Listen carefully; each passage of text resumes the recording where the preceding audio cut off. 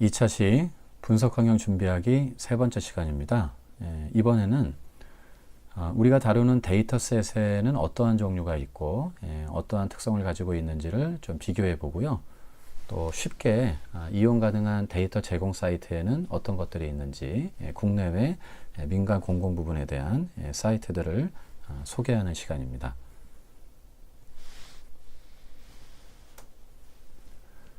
다양한 데이터셋 파일 유형은 크게 세 가지로 좀 구별해 보실 수가 있을 것 같아요. 그래서 정형 데이터셋과 반정형 데이터셋, 그리고 비정형 데이터셋, 이렇게 이제 구별할 수가 있는데, 보통 이제 정형 데이터셋은 이렇게 행과 열이라는 보통 구조를 가지고 있죠. 그래서 이른바 우리가 이제 엑셀 시트라든가 데이터 테이블처럼 상단에 이 변수 컬럼 항목들이 좀 있고요. 그 하단에 이제 하나하나 변수에 대한 걸 이제 레코드라고 보통 얘기하는데, 그런 이제 데이터 관찰치들이 한 줄 한 줄 이렇게 이어져 있는 그런 포맷을 보통 정형 데이터라고 보통 부르고, 비정형 데이터는 이런 구조화된 행과 열의 구조가 없습니다.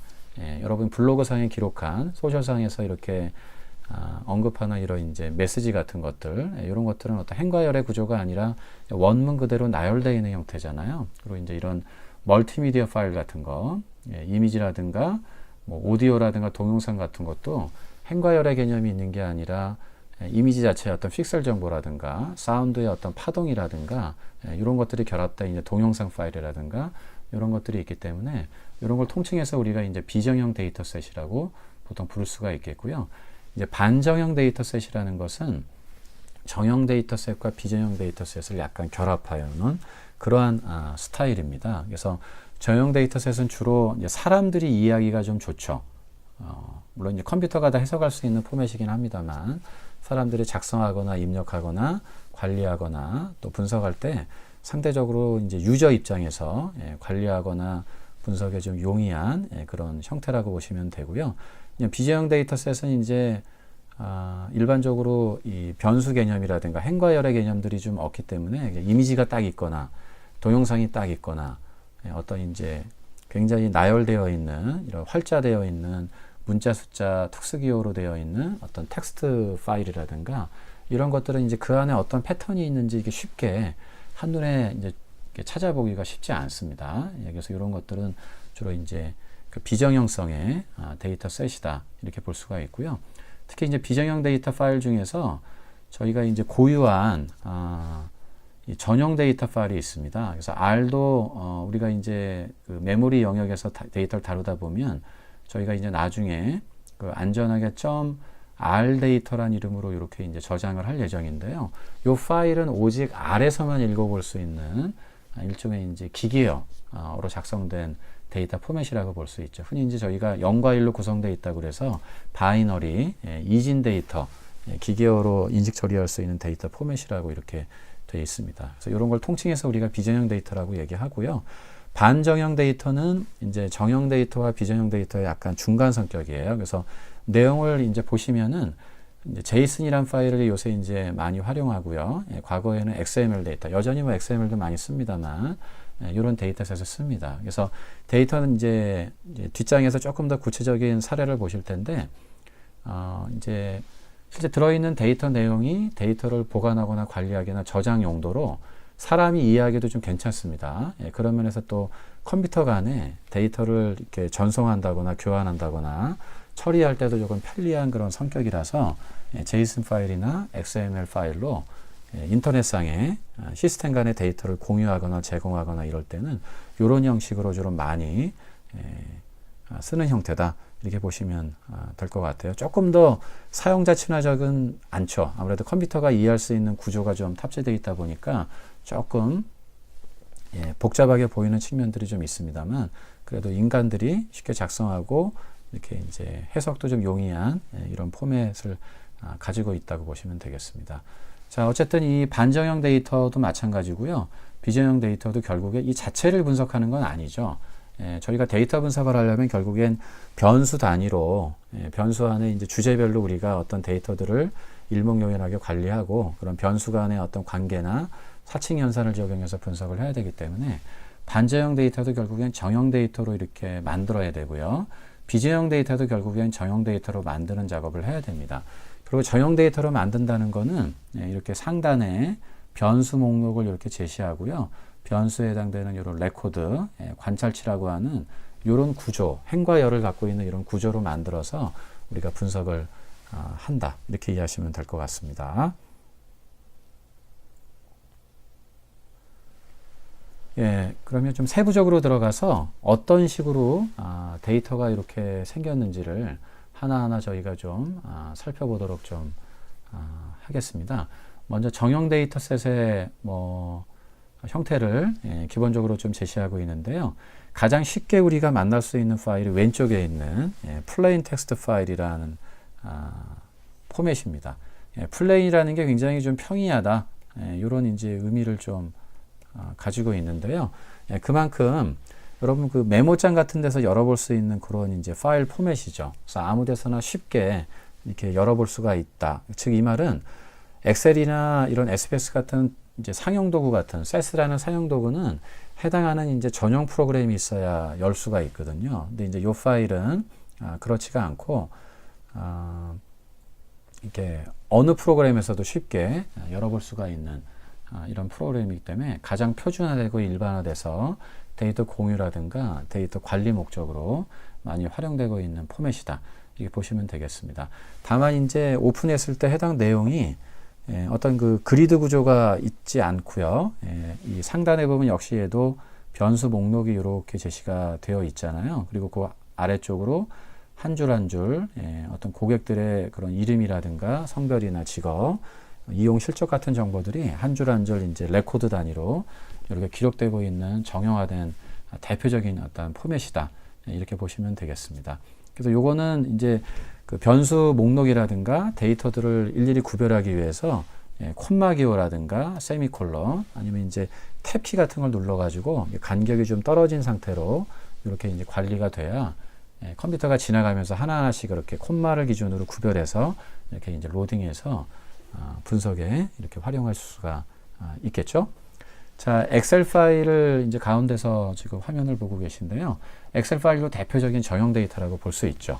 얘도 이제 테이블 구조를 갖고 있기 때문에 저희가 상단에 이렇게 이제 번수 목록들이 이렇게 있고요. 그 하단에 한 행 한 행 이렇게 이어지면서 해당되는 관측치들이 이렇게 이제 기록이 되어 있는 그런 구조입니다. 자, 엑셀 파일하고 왼쪽에 보셨던 플레인 텍스트 파일하고의 결정적인 차이는 뭘까요? 좀 화면상으로 이제 그리드 구조라는 것이 좀 있어서 일단은 표면적으로는 플레인 텍스트에서는 좀 콤마라든가 이런 걸로 좀 구별되어 있어서 잘 가독성이 조금 낮은데 엑셀 파일은 그리드 격자 구조에 셀이라는 단위로 이 데이터가 들어가 있다 보니까 아무래도 데이터를 좀 이해하기가 좀 용이하죠. 그런 점이 좀 있고요. 두 번째는 이 시트라는 단위가 있다는 겁니다. 시트. 그래서 엑셀에는 이 시트를 여러 개를 둘 수가 있기 때문에 플레인 텍스트 파일은 이제 하나의 주제의 데이터만 이렇게 이제 저장을 할 수가 이제 있는 반면에 엑셀은 시트 단위로 고객 데이터도 여기에 저장할 수 있고요. 또 추가해서 뭐 구매 실적을 따로 저장한다거나 제품 테이블을 따로 저장한다거나 하는 또 매장 테이블을 따로 저장한다거나 하는 이런 목적으로 활용할 수가 있죠. 그래서 마치 이제 데이터 마트라고 보통 저희가 얘기를 하는데요. 여러 주제를 분석에 필요한 여러 주제를 가진 데이터 플레인 텍스트를 몇 가지를 좀 결합해서 같이 이렇게 관리하는 것을 데이터 마트라고 하는데 엑셀 파일 쓰시면 그러한 장점이 있습니다. 자, 세 번째 정형 데이터셋의 하나의 형태로 보통 상형 데이터 분석 도구인 SES라든가 매트랩이라든가 미니탭 또 SPS 같은 거 또 스타타라는 이런 것들이 되게 유명한데요. 어떤 이제 상용 도구 프로그램을 열더라도 엑셀하고 비슷한 이런 이제 구조를 만나실 수가 있어요. 그래서 얘도 이렇게 상단에 변수 목록이 있고 그 아래쪽으로 필요한 이제 데이터들이 이렇게 이제 고객 테이블이면 고객의 한 줄 한 줄 있겠고 제품 테이블이면 제품에 대한 어떤 이름, 제품의 가격, 뭐 기능이나 이런 것들이 또 한 줄 한 줄 이렇게 들어있는 그런 이제 데이터셋 구조를 보실 수가 있습니다. 그래서 이런 이제 정형 데이터셋을 각각 플레인 텍스트라든가 엑셀 파일이나 상용 도구에서 활용하고 있고요. 또 상용 도구 이외에 저희가 이제 데이터베이스라는 프로그램들도 있죠. 오라클이라든가 MS SQL 같은 DBMS라고 알려진 기업에서 이제 여러 가지 거래 처리라든가 이런 것들을 데이터베이스에 관리를 하게 되는데요. 자, 이런 그 DBMS에서 다루는 주요한 데이터 분석 테이블도요, 사용 도구에서 쓰는 이러한 모양들을 좀 하고 있죠. 그래서 R에서는 기본적으로 플레인 텍스트 파일을 쉽게 열고 저장하고 분석할 때 쓸 수가 있고요. 엑셀 파일이라든가 SPSS 상용 도구 파일, 세스도 마찬가지고요. 또 오라클이라든가 여러 가지 데이터베이스 관리 프로그램에 있는 전용 파일들도 저희가 패키지 기능을 이용해서 해당 그 프로그램 그 데이터들을 이렇게 로딩해서 R에서 쉽게 이렇게 이제 활용해 보실 수가 있습니다. 자, 그럼 이번에는 정형 데이터 성격이 아닌 비정형 또는 이제 반정형 데이터의 예를 한번 좀 살펴보도록 하겠습니다. 한눈에 보실 때도 벌써 행과 열이라는 개념이 좀 들어있지 않죠? 그래서 정형화되어 있지 않은 그런 구조라는 거 분명히 아실 수 있는데요. 먼저 왼쪽 위쪽에 제이슨 파일을 하나 좀 보도록 하죠. 대표적인 반정형 데이터 포맷인데요.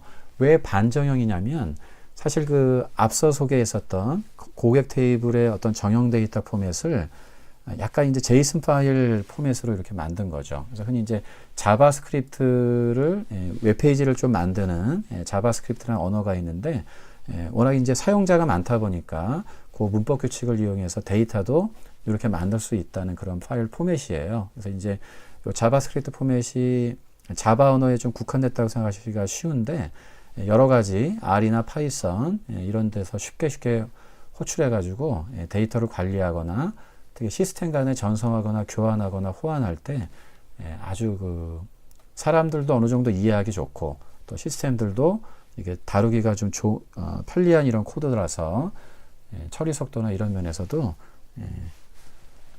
이점이 있는 그런 형식입니다.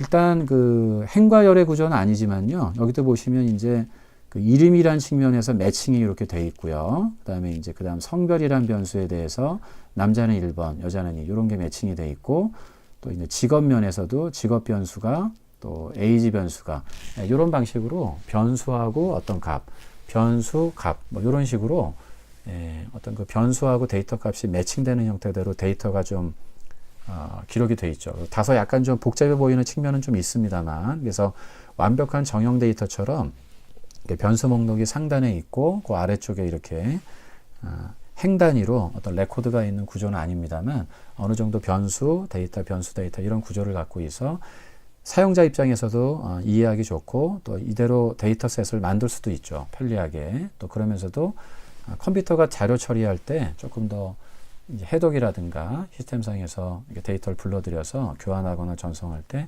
편리한 파일 포맷이라서 많이 현장에서 쓰이고 있다. 이렇게 이해하시면 될 것 같습니다.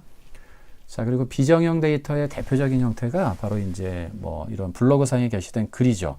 아니면 소셜상에 이제 여러분이 공유하는 여러 가지 멘션이라든가 버즈 같은 것도 대표적인 그런 것입니다. 그래서 행과열 자체가 없고요. 어떤 변수 항목이나 이런 것들이 나와 있지 않은 형태입니다. 그래서 텍스트 셋 데이터 안에 영어 대소문자라든가 한글 또 뭐 기타 다른 외국어 같은 거 또 이거 이외에도 숫자, 특수기호, 문장 보호 등 다양한 어떠한 캐릭터들이 복합적으로 기록돼 있죠. 요거를 분석한다는 측면은 결국 요 텍스트 데이터에서도 우리가 이제 단어 단위로 특정 단어가 몇 번 정도 발생했는지 이런 이제 빈도 분석을 이렇게 하는 형태대로 가공 처리를 합니다. 그래서 이런 이제 이것도 일종의 이제 어떤 단어를 변수라고 볼 수 있고 이 변수가 몇 개 정도의 수치를 기록하고 있는지 이런 구조로 우리가 데이터를 전처리를 좀 하게 되죠. 그래서 역시 텍스트 데이터, 비정형 데이터도 주요한 핵심 단어 중심으로 저희가 이제 파싱한다 그러는데요. 데이터를 분할해서 주요 단어를 추출해서 몇 번 정도 텍스트셋에 들어있는지 빈도를 분석을 해가지고 정형 데이터셋을 만든 다음에 이제 분석에 좀 활용한다. 이렇게 이해하시면 좀 될 것 같습니다. 자, 오른쪽에 있는 데이터인 경우에는 이미지 파일을 하나 이제 샘플로 보여드리는데요. 실제로 이제 이미지 파일을 이제 R에서 로딩해서 이미지를 분석을 하게 되면 이미지 자체를 이제 R이 이해하는 건 아니죠. 그래서 이미지는 보통 이제 우리가 이제 가로 세로 이제 오른쪽에 있는 그림처럼 이 픽셀이라고 합니다.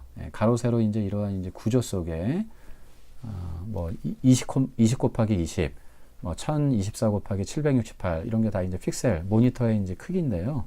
그 이제 픽셀 단위로 해당되는 위치 픽셀의 어떠한 색깔이 컬러인지 흑백인지 또 빨간색인지 녹색인지 뭐 RGB 관련해서 파란색인지 이런 이제 색깔 종류하고 해당 색깔이 어느 정도로 이렇게 채도라고 하는데요. 진한 색인지 아니면 흐린 색인지 이런 이제 농도 정보를 좀 표현하게 돼 있어요. 그래서 이렇게 수치적으로 이렇게 다 컨버전을 해가지고 실제 이미지를 분석하는 거는 이렇게 숫자로 변경한 요 데이터를 가지고 분석을 한다고 보시면 됩니다. 숫자로 변경은 됐습니다만 그래서 색이 있고 없고에 따라서 0부터 255까지 이렇게 이제 스펙트럼을 갖고 있는 숫자 범위 내에서 해석을 통해서 우리가 요게 어떤 이미지라는 거를 이렇게 이제 시각화적으로 이제 표현을 한 거라고 보시면 좀 될 것 같고요. 그래서 이렇게 숫자로 바꿔서 우리가 이미지를 분석하게 되고 오디오라든가 영상도 오디오 같은 경우도 이 음파의 어떤 진폭 높낮이가 있잖아요. 그래서 그 높이도 음성이 진행되면서 그 시점별로 높이가 높았다 낮았다는 그런 진폭, 헤르츠 그런 단위가 있기 때문에 그걸 우리가 수치로 이렇게 만들어서 데이터 분석에 이렇게 이제 활용을 좀 하게 되죠. 그래서 결론적으로 이 반정형, 비정형 데이터도 결과적으로는 모두 그 어떤 그 정형 데이터 포맷으로 좀 만들어서 이 텍스트 데이터 같은 경우는 어떤 단어가 어느 정도 나와 있는지 빈도 분석을 해서 우리가 주제를 우리가 판단한다거나 연관어를 분석한다거나 감성 분석을 한다거나 목적으로 활용이 되고요. 이미지나 오디오라든가 동영상 파일도 이런 숫자 기반으로 바꿔서 어떤 위치에 어떤 색깔이 또 어떤 시점에 어떠한 이제 음성이 어느 정도 강도로 이렇게 이제 나왔는지를 우리가 구체적으로 정형화해서 수치 데이터로 컨버전을 해서 이렇게 분석을 한다. 이렇게 이해하시면 될 것 같습니다. 자, 그러면 이러한 정형 데이터, 비정형 데이터, 반정형 데이터들을 어디에서 좀 입수할 수 있느냐. 흔히 이제 이런 얘기들을 많이 하시죠. 데이터가 없어서 분석하기가 어렵다. 이런 현실적인 어려운 점들을 많이 이제 호소하는 경우가 있습니다. 아직까지도 이제 데이터라는 게 공공 데이터라든가 오픈소스 운동으로 많이 제공이 되고 있습니다만 여전히 이제 개인정보 보호라든가 이런 현실적인 법제도적인 좀 제약 조건들이 있어서 좀 양질의 데이터가 공개가 되어 있지는 않죠. 그래도 이제 빅데이터가 수십 년 전부터 이렇게 이제 데이터 분석, 스몰 데이터부터 이렇게 활용이 되면서 전 세계 어떤 유저 그룹들의 노력의 일환으로 또 이제 그런 인식을 하는 국가기관이라든가 정부기관 쪽에서 필요한 데이터셋을 법 제도가 허용하는 범위 내에서 저작권 문제 같은 걸 조금 해소해서 이렇게 공개하는 국내외 민간 공공 사이트가 있어서 몇 개 좀 소개를 해드리겠습니다. 자, 일단 크게 4가지 종류로 저희가 데이터를 좀 활용해 보실 수가 있을 걸로 생각이 되는데요.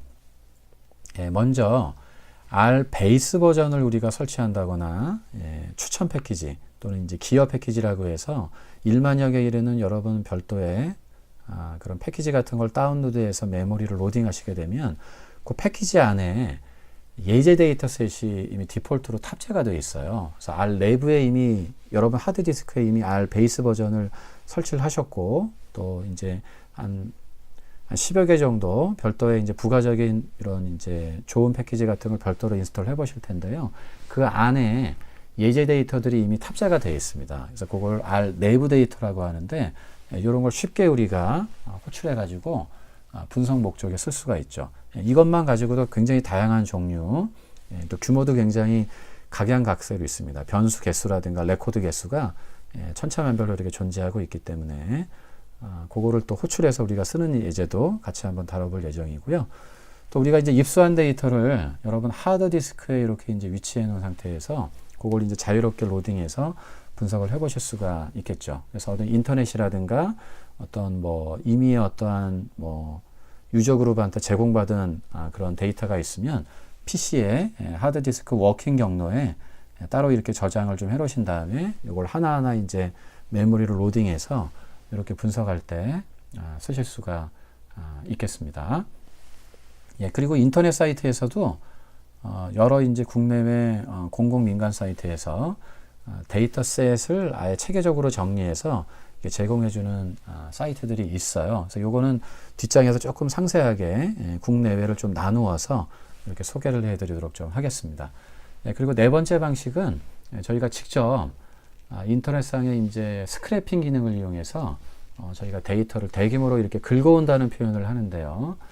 이렇게 수집을 해가지고 저희가 조사하는 방법이 좀 있습니다. 보통 이제 데이터라는 게 보통 이제 서베이에 의해서 설문조사라고 볼 수가 있겠죠. 여기서 서베이를 통해서 어떤 직접 면대면으로 어떤 그 고객이라든가 관계자를 만나서 우리가 조사하는 방법이 있겠고요. 또는 이제 FGI라고 해서 포커스 그룹 인터뷰로요.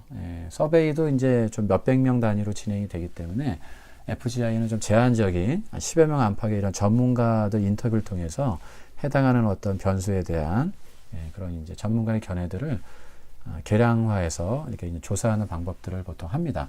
근데 이제 이런 방식을 쓴다거나 아니면 이제 기업에서 우리가 왜 카드 결제하거나 어떤 상품을 구매하거나 배송하거나 어떤 자금을 이체하거나 이럴 때 트랜잭션이 발생하지 않습니까? 그래서 그런 이제 트랜잭션 데이터들이 로그 데이터들 이런 것들이 좀 기록이 될 텐데요. 그런 이제 트랜잭션 데이터들을 보통 이제 활용해서 데이터 분석을 하게 되는데 이런 것들이 이제 기간도 많이 걸리고 또 개인정보법이라든가 기업 고유한 어떠한 그 노하우가 숨어 있기 때문에 잘 공개하기가 쉽지 않죠. 그래서 직접 여러분들이 인터넷상에 접속해서 필요한 웹사이트에서 필요한 데이터들을 주로 이제 텍스트 데이터들이겠죠. 인터넷 뉴스나 블로그, 소셜상의 대화 내용들을 원문 그대로 이렇게 가져올 수 있는 것이 바로 스크래핑 기능이죠. 그래서 보통 우리가 한 세 가지 용어가 있는데요. 크롤링이라는 건 이제 우리가 접속하고자 하는 데이터를 가져와야 되는 그런 사이트들, 또 사이트마다 어떤 웹페이지들을 좀 체계적으로 우리가 분류해서 정리해서 탐색할 수 있는 그러한 내용이고요. 스크래핑이라는 건 이제 그 페이지마다 뭐 테이블 형태로 있을 수도 있고, 어떤 이미지 형태대로 있을 수도 있고, 일반적인 그냥 원문, 블로그 내용대로 게시판 글처럼 있는 경우도 있잖아요. 그래서 이제 실제 크롤링으로 여러분이 접속하고자 하는 웹사이트, 내가 찾고자 하는 데이터가 들어있는 원문 그대로 들어있는 웹페이지들을 하나씩 분류해서 좀 접속할 수 있는 게 크롤링이고요. 그 페이지 안에 특정한 어떤 요소 데이터들을 구체적으로 가져오는 이제 활동이 스크래핑이라고 보시면 되겠습니다. 그럼 이제 원문 그대로 날 것 그대로의 데이터이기 때문에 그거를 가공 처리해서 정형 데이터 포맷으로 만드는 작업이 바로 파싱입니다. 그래서 요 세 가지 기법을 좀 활용을 해서 데이터를 별도로 입수해서 활용해 보실 수도 있겠습니다. 근데 이제 이 스크래핑하는 이런 방법 같은 경우에는요, 아무래도 이제 그 해당 사이트에 접속할 수 있는 권한이 있느냐, 그리고 이제 원문 저작권이나 개인정보 차원에서 그 사이트에서 그 데이터 제공을 어떤 정책으로 이렇게 제공하는지를 좀 확인해서 저희가 이제 스크래핑을 할 필요성들이 좀 있습니다. 자, 국내 공공 데이터 포털을 한번 좀 다뤄보도록 하죠. 자, 이 유명한 사이트들인데요. 정부기관에서 이제 운영하는 이 공공 데이터, data.go.kr이라는 사이트가 있고요. 서울시에서 운영하는 서울 열린 데이터 광장이라는 사이트, 그리고 니아라는 한국정보화진흥원이라는 국가정보화를 선도하는 기관이 있습니다. 거기에 이제 소속 센터인데요. KIC 빅데이터 센터에서 제공하는 데이터 큐브, 그리고 이제 여러 정부 부처라든가 소속 산하기관, 공공기관에서 제공하는 포털 사이트들이 주로 있어요. 여기 가시면 이제 공공 데이터라는 게 결국 여러분들이 이런 이제 세금으로 이제 수집되고 정부에서 업무 처리를 해서 발생하는 그런 데이터이기 때문에 이제 법제도가 허용하는 범위 내에서 제공할 수 있는 데이터들을 원문 그대로 제공을 좀 하고 있습니다. 그래서 어느 사이트를 접속을 하더라도요, 뭐 양적인 크기나 주제 영역 이런 것들 카테고리 분류 체계는 조금 상이할지라도 원문 데이터를 바로 여러분들이 다양한 요런 포맷을 가진 형태대로 여러분이 다운로드를 받으실 수가 있고요. 또 파일 단위가 아니라 오픈 AP라고 해서 매번 우리가 이 사이트에 들어가서 해당 파일을 이렇게 클릭해서 다운로드 받는 게 아니라 오픈 AP라고 해서 시스템 간에 여러분들의 분석 서버하고 실제 해당하는 이런 제공기관의 어떤 데이터 제공 포털 서버하고 오픈 API라는 걸 통해서 이렇게 연결할 수가 있습니다. 그럼 이제 정기적으로 해당 포털에서 데이터가 이렇게 업데이트가 될 때마다 정기적으로 그런 데이터를 자동으로 이렇게 우리가 사이트에 들어가서 클릭해서 다운받는 게 아니라 자동으로 이렇게 시스템 간에 전송하고 교환할 수가 있죠. 그래서 바로 우리가 실시간으로 데이터를 이렇게 처리해서 수집해서 분석할 수 있는 게 오픈 API입니다. 이 방식으로도 우리가 제공받을 수도 있고요. 또 이제 특수한 경우는 포털 사이트에서는 이제 관문 역할만 하기 때문에 제공기관 웹페이지로 좀 들어가서 몇 가지 좀 정보를 입력한다거나 회원가입 같은 걸 좀 해서 해당 기관 사이트에서 이렇게 다운로드 받을 수도 있습니다. 아니면 이제 조금 오픈이 아직 안 되어 있는 경우에는 신청을 저희가 담당자에게 이메일로 한다거나 필요한 데이터 목록을 이렇게 신청부 접수받는 메뉴들이 다 있거든요. 거기 가서 신청하시면은 해당 사이트 내용을 보실 수가 있죠. 자, 민간 쪽에서도 아무래도 이제 저희가 통신사 관련된 그러한 데이터, 위치 정보라든가 통화량 데이터를 알면 이게 이제 카드 결제 데이터라든가 제한적이긴 합니다만 또 주요한 포털 사이트로 이제 검색어 같은 것들이 결합이 돼서 했을 때 굉장히 파괴력 있는 그런 데이터 분석이 좀 가능하죠. 그래서 SK텔레콤의 이런 빅데이터 허브에 가시면은 이 통신사 데이터 중에서 제한적으로 개방된 위치 정보, 여러 가지 공공 데이터라든가 카드사, 또 부동산 124라든가 이런 이제 파트너사들이 보유한 대비를 좀 매시업 형태로 결합해서 상권 분석 목적으로 제공을 좀 하고 있죠. 아무래도 저희가 이제 유동인구가 중요하잖아요. 그래서 유동인구를 바로바로 우리가 측정할 수 있는 가장 대표적인 게 이제 이동통신사 통화량 데이터이기 때문에 이 사이트에 가셔서 그런 걸 좀 제한적이나마 이용해 보실 수가 있겠고요. 또 그 다음 중요한 게 사람들의 관심이 이제 어디에 집중되어 있냐를 본다는 측면에서 네이버라든가 구글, 다음 사이트에서 검색어 같은 것들을 좀 제공하고 있습니다. 그래서 네이버의 데이터 랩에 가시면은 검색어별로 횟수라든가 급상승한 핫 키워드, 그런 순위라든가 어떤 추이 같은 그런 것들을 연령별, 시간대별로 제공을 하고 있으니까 그런 것들을 좀 활용해 보셔도 좋겠다는 생각이 좀 듭니다. 또 일부 실제 이렇게 이제 그 검색어 같은 것들을 이렇게 텍스트 마이닝으로 분석을 해서요, 주요한 토픽이라든가 연관어, 그다음에 감성의 어떤 상태들을 시간대별, 뭐 지역별, 이런 이제 기간별로 제공하고 있는 이런 민간 서비스들도 있으니까 한번 접속해서 구체적으로 그 실전적인 사례 같은 것들을 확인해 보시면 좋을 것 같습니다. 자, 해외 쪽을 좀 살펴보도록 하죠. 해외 쪽은 이제 가장 유명한 것이 UCI라는 이런 이제 대학 사이트에서 제공하는 머신러닝 저장소인데요. 상당히 역사적으로도 오래된 사이트예요. 그래서 굉장히 그 도네이션을 받아서 어느 정도 저작권 문제가 해소된 상태로 제공을 하고 있고요. 다양한 종류, 또 다양한 이제 그 분석 기법별로도 데이터를 분류해 놨고, 또 업무별, 금융 업종이라든가, 뭐 일반 마케팅 업종이라든가, 바이오 업종이라든가, 또 규모도 뭐 단순한 몇백 개의 레코드를 갖고 있는 단위부터 수십만 레코드를 갖고 있는, 또 변수도 10개, 20개짜리부터 100개, 200개, 상당히 대규모 데이터, 텍스트 데이터라든가, 그런 뭐 인공위성 데이터라든가 여러 가지 이런 데이터셋을 제공하고 있기 때문에 여기 접근해서 필요한 데이터를 검색하셔가지고 좀 무료로 이용해 보시면 좋을 것 같습니다. 그리고 캐글 사이트도 상당히 좀 유명하죠. 캐글이 유명해진 건 주로 이제 경진대회 성격의 이런 이제 과제들이 좀 올라옵니다. 그래서 어떤 민간 기업이라든가 공공기관에서 어떤 현안들이 있을 때, 아니면 이제 이벤트성으로 자기 기업을 홍보하기 위해서 어떤 필요한 이제 분석 과제 같은 것들을 좀 이제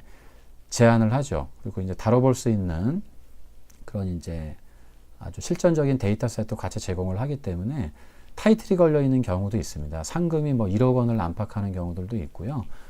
1,000만 원 단위로 이게 제공을 하는 경우도 있고, 상금 없이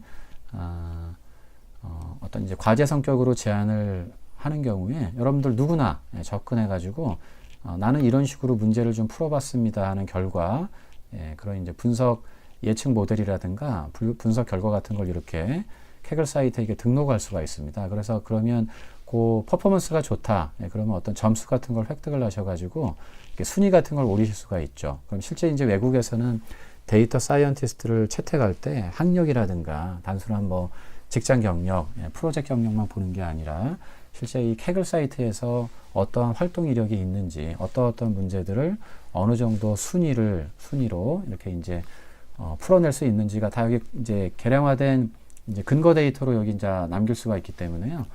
요걸 가지고 많이 채용을 하는 것으로도 이렇게 유명한 사이트죠.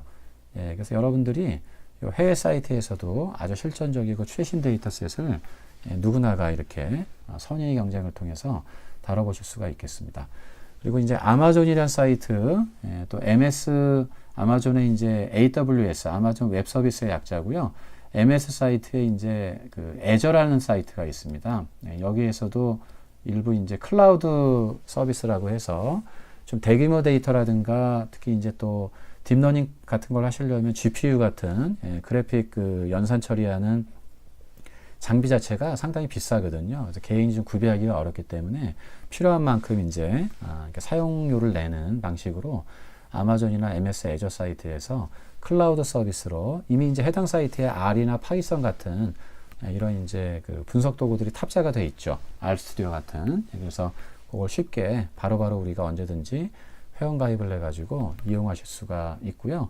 이 안에서도 오픈된 그런 예제 데이터셋을 제공을 하고 있습니다. 그래서 여기서도 상당히 아주 최신 데이터, 다양한 종류의 데이터들을 제공하고 있기 때문에 그런 것들을 쉽게 공간 데이터라든가 인공위성 데이터 같은 것들도 제공이 돼 있어서 한번 이제 조회를 통해서 검색해 보시면 좋을 것 같고요. 미국도 그 공식적으로 이런 공공 데이터 포털이 미국 정부기관 대표하는 사이트도 있고 각급 지자체라든가 정부 부처별로 data.gov이라는 사이트를 운영하고 있죠. 그래서 빅데이터가 아마 전 세계적으로 촉발된 계기가 오바마 정부 때 이런 data.gov를 만들어서 보유하고 있는 데이터를 민간 일반 대중에 공개하면서 이런 게 확산이 됐기 때문에 이 데이터를 접속하셔서도 필요한 데이터 목록에 어떤 것들이 있는지 확인해 보시면 아마 도움이 되실 걸로 이렇게 생각이 됩니다. 지금까지 우리가 이제 다루는 데이터셋의 종류, 또 어떤 특성들이 있는지, 또 우리가 쉽게 접근해서 무료 또는 이제 일부 제한적으로 유료로 이용 가능한 데이터 입수 채널은 어떤 것들이 있는지 살펴봤습니다.